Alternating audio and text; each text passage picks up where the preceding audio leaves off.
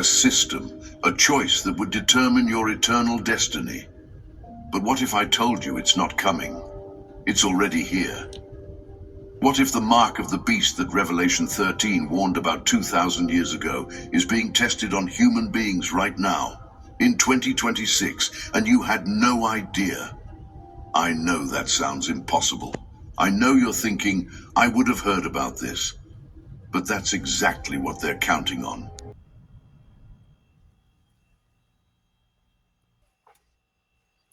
Good evening, everyone, and welcome to tonight's episode of Bible Chatter, where the Bible and critical thinking come together to bring you Christian commentary that's important. Now, tonight's episode is titled Tribulation of the Beast. I will be discussing the mark of the beast again. I'm taking a break from the full armor essentials because the mark of the beast is coming sooner than I ever thought it was going to come. Trump is putting everything in order. Some of you listening to me, you might be saying, oh, you're a Trump hater. I'm not. I voted for Trump all 3 times. But it doesn't change the fact that he is going to be working with the Antichrist. I'm sorry. He just is. But Kamala Harris encourages and promotes witchcraft and LGBTQ and all that nonsense, and Trump doesn't. So that's why I voted for the lesser of 2 evils. But the fact of the matter is he is carrying out the Antichrist thing. So I wanted to discuss the mark of the beast again, because I have new people joining my channel all the time, every day. So I need to discuss this again periodically for new listeners. In order to know what the mark of the beast is, we must first identify the beast. Now, how does the Bible describe it? Okay. Revelation 13 verses 1 through 8 and 16 through 18 provides these 11 identifying characteristics, all right? 1, it rises from the sea, okay? That's verse 1. Next, it is a composite of the 4 beasts in Daniel chapter 7, which is in verse 2 of Revelation 13. C, the dragon gives it power and authority, verse 2. And D, it receives a deadly wound. And E, its deadly wound is healed. Those are in verse 3. Next, it is a strong political power, verses 3 and 7 of chapter 13 of Revelation. It is a strong religious power. Next, it is guilty of blasphemy. Next, it wars with and overcomes the saints. Next, it rules for 42 months. And then finally, it has a mysterious number, 666. Do some of these points have a familiar ring? They should. You encountered many of them earlier.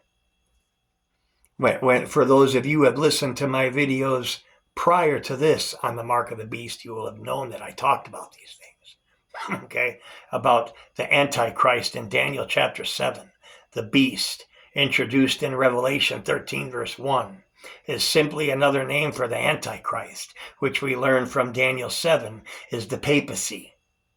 Prophecies in the books of Daniel and Revelation are often presented multiple times, with details added each time to encourage accurate interpretation. So expect to learn some new things about the Antichrist, okay, as I'm telling you these things.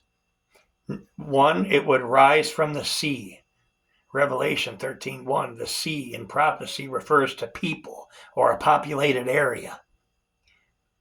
So the beast, Antichrist, would arise amid the established nations of the then known world. The papacy arose in Western Europe, so it fits this point. In the word of explanation, in harmony with God's command to honor all people, 1 Peter 2:17, we pause here to recognize the papacy for her many good deeds and activities. We got to say, her hospitals and orphanages, care for the poor, homes for unwed mothers, and care for the aged. And I appreciate all that, and so do other people universally. She can honestly be lauded, for many things. But like all other organizations, she has also made serious errors. God pinpoints some of these errors in Revelation. The Lord who blesses and comforts must sometimes chasten and correct. Please ask his Spirit to speak to you, okay, as you continue to listen to me about this crucial topic, all right? Now, next, it would be a composite of the 4 beasts of Daniel chapter 7, okay? Babylon, Daniel chapter 7, refers a lion-like beast, verse 4. In Revelation chapter 13, it refers to Babylon as mouth of a lion, verse 2. Medo-Persia in Daniel chapter 7 refers to Medo-Persia, bear-like beast. In Revelation chapter 13, verse 2, it refers to Medo-Persia, feet of a bear. Next, Greece. Daniel chapter 7, the leopard-like beast, verse 6 of chapter 7 of Daniel.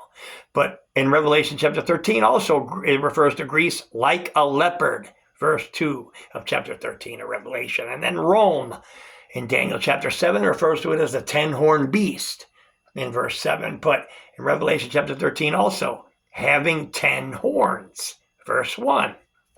The 4 beasts of Daniel 7 are depicted as part of the Antichrist. The beast, because the papacy incorporated pagan beliefs and practices from all 4 empires. She clothed them in spiritual garb and spread them into the world as Christian teachings. Here is one of many supporting statements from history. In a certain respect, the papacy has copied her organization from that of the Roman Empire, and has preserved and made fruitful and philosophical intuitions of Socrates, Plato, Aristotle, borrowed from both barbarians and the Byzantine Roman Empire, but always remains herself, thoroughly digesting all elements drawn from external sources. This point definitely fits the papacy. Next, the beast receives its power, throne, capital, and authority from the dragon. Revelation 13:2. To identify the dragon, we go to Revelation chapter 12, where God's end-time church is pictured as a pure woman in prophecy. A pure woman represents God's true people or church. Jeremiah 6, verse 2. We will present a detailed thing of God's end-time church of Revelation chapter 12. Okay? Now, where the fallen churches are symbolized by a fallen mother and her fallen daughters, the pure woman is portrayed as pregnant and about to deliver. The dragon crouches nearby, hoping to devour the baby at birth. However, when the baby is born, he evades the dragon, fulfills his mission, and then ascends to heaven. The baby represents Jesus, whom Herod tried to destroy by killing all the babies in Bethlehem. So the dragon represents pagan Rome, of which Herod was a king. The mastermind behind Herod's plot was the devil. Revelation 12, 7 through 9. Satan acts through various agencies to accomplish his ugly work. In this case, pagan Rome. Okay? Here are just 2 supportive references from history. There are many. 1, the Roman Church pushed itself into the place of the Roman world empire, of which it is the actual continuation. The Pope is Caesar's successor. 2, the mighty Catholic Church was little more than the Roman Empire baptized. Rome was transformed as well as converted. The very capital of the old empire became the capital of the Christian empire. The office of Pontifex Maximus was continued in that of the Pope. So this point also fits the papacy, and she received her capital city and power from pagan Rome. Okay? Now we're going to continue this in part 2 of Tribulation of the Beast, as I go into more detail and finish naming off the things. Okay? I will talk about the deadly wound, about it being healed, and about Roman Catholic Church and the Pope becoming a strong political power, operating as Antichrist. He is the Antichrist. The Pope, the papacy is. Okay? So stay tuned for part 2 of this Tribulation of the Beast. I'm talking about the mark of the beast again for the new viewers and new followers on my channel. I love you guys, and remember the Bible chatter motto: stay good, stay godly in Jesus, and love your neighbor as yourself. And if you haven't sought Jesus yet, please ask Jesus Christ into your life, please. He loves you and wants you.